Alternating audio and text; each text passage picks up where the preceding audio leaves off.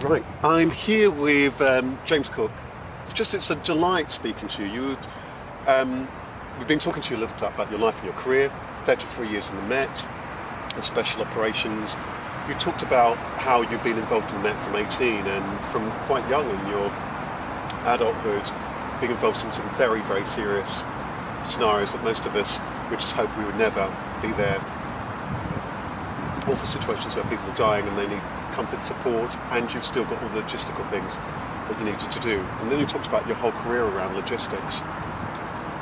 Tell us, can you just round up for us, because then I'm wanting to talk about lots of the themes around this, round up for us the whole arc of your career and all the different things that you worked with over those 35 years, because I'm really wanting to tease out lots of extraordinary things and to draw that learning out from that rich life.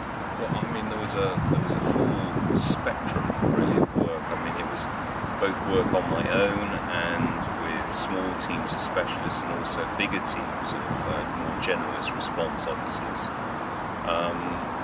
Much of which I loved, and some of the characters within those periods of time I've now had the opportunity of actually meeting again since leaving the police and getting back to know them, because I've lost touch. But the work involved just every possible aspect of the best and worst of human nature, Right. human behaviour. Right. I always remember as an 18-year-old going to Lisson Green Estate on one of my first tours and actually dealing with a very pregnant lady who went into labour whilst I was attending the call, and I was just panic-stricken. What the hell do I do? And all I could think of from my first aid training was get bundles of newspapers and put them under her. So this lovely, and she was a very big black lady in this flat, and I helped her with all these newspapers and was giving her very reassuring words and trying to be compassionate. But my hands were just trembling.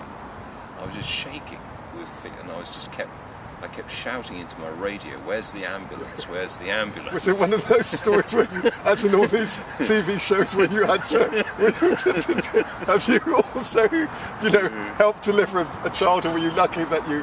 No, I was there, and so I actually started the delivery. Well, and then the ambulance finally arrived about 10 minutes afterwards and took over. And I just stood in the background and took notes and how do I deal with this in the future? one of the things I get a sense from you is that your career was involved a lot in planning, risk management, and so on. But what comes through, of course, is that we can do all the planning that we actually like, but there's going to be real life scenarios that kick in once you're on the scene. Yes. It's eye-to-eye contact with your witness to crime, to your victim of crime, to your fellow colleagues. It's eye-to-eye. It's actually forgetting all about yourself. It is not about you and your promotion and your personal esteem. It's about the other person, total focus. And that's a skill which is hard to learn, because to start in any career such as mine, you're very self-conscious. So it's eye-to-eye contact and actually disentangling what's going on in front of you and then reassembling the parts to make the thing happen or to work or to deal with the crisis. Right. And I get the feeling through your career there have been all sorts of different types of crisis. I mean, from your biography, there's extraordinary things from gang crime issues to anti-terror, Yes. all sorts of that kind of work.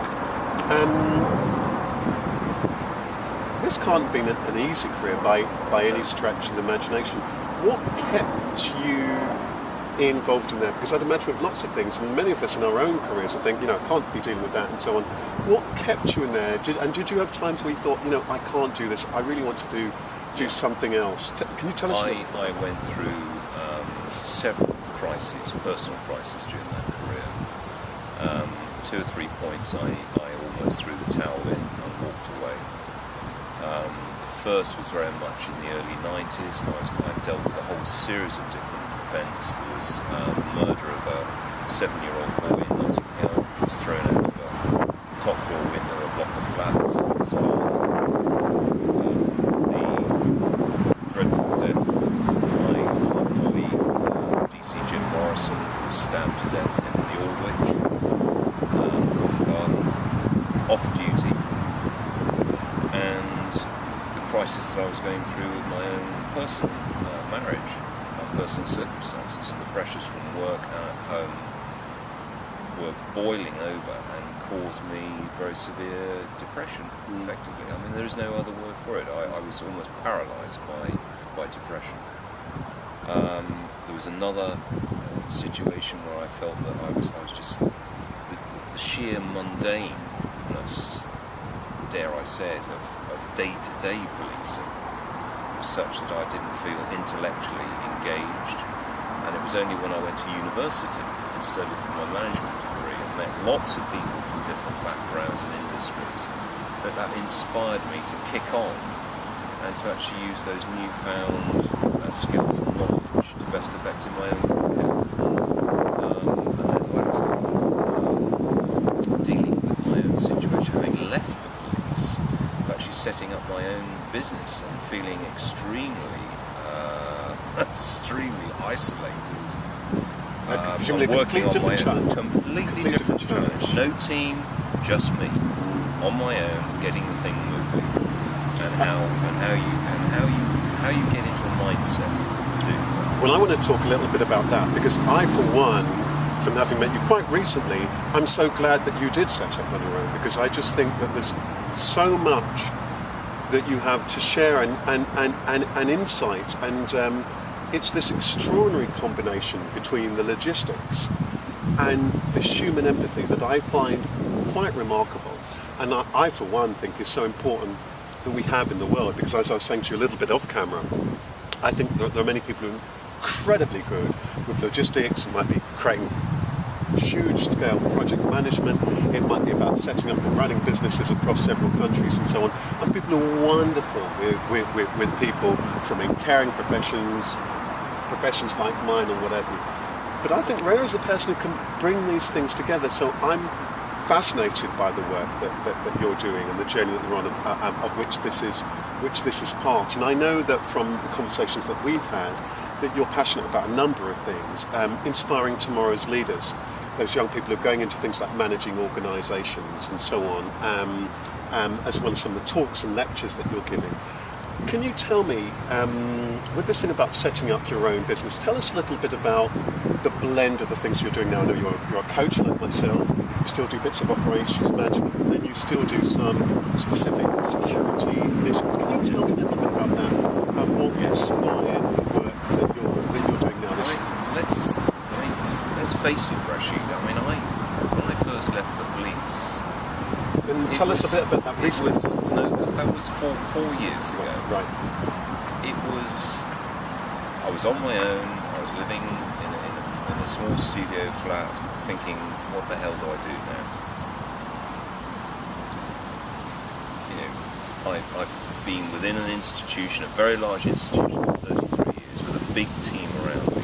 And achieved a lot of things in that kind of career. And there was a blizzard of different opportunities that I could have, different strands and different roads that I could have gone off on. Right. And I was literally trying to make decisions on the back of a fact ticket.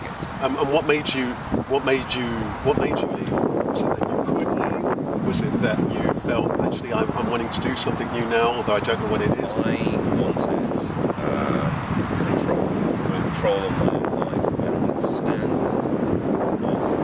work that was done. I wanted that freedom to express myself in my work. And it's always difficult, as I know, for people who are in the big corporate world of actually doing that, because you have a very strong hierarchical setup, and the line manager pressure is enormous for performance in a particular direction.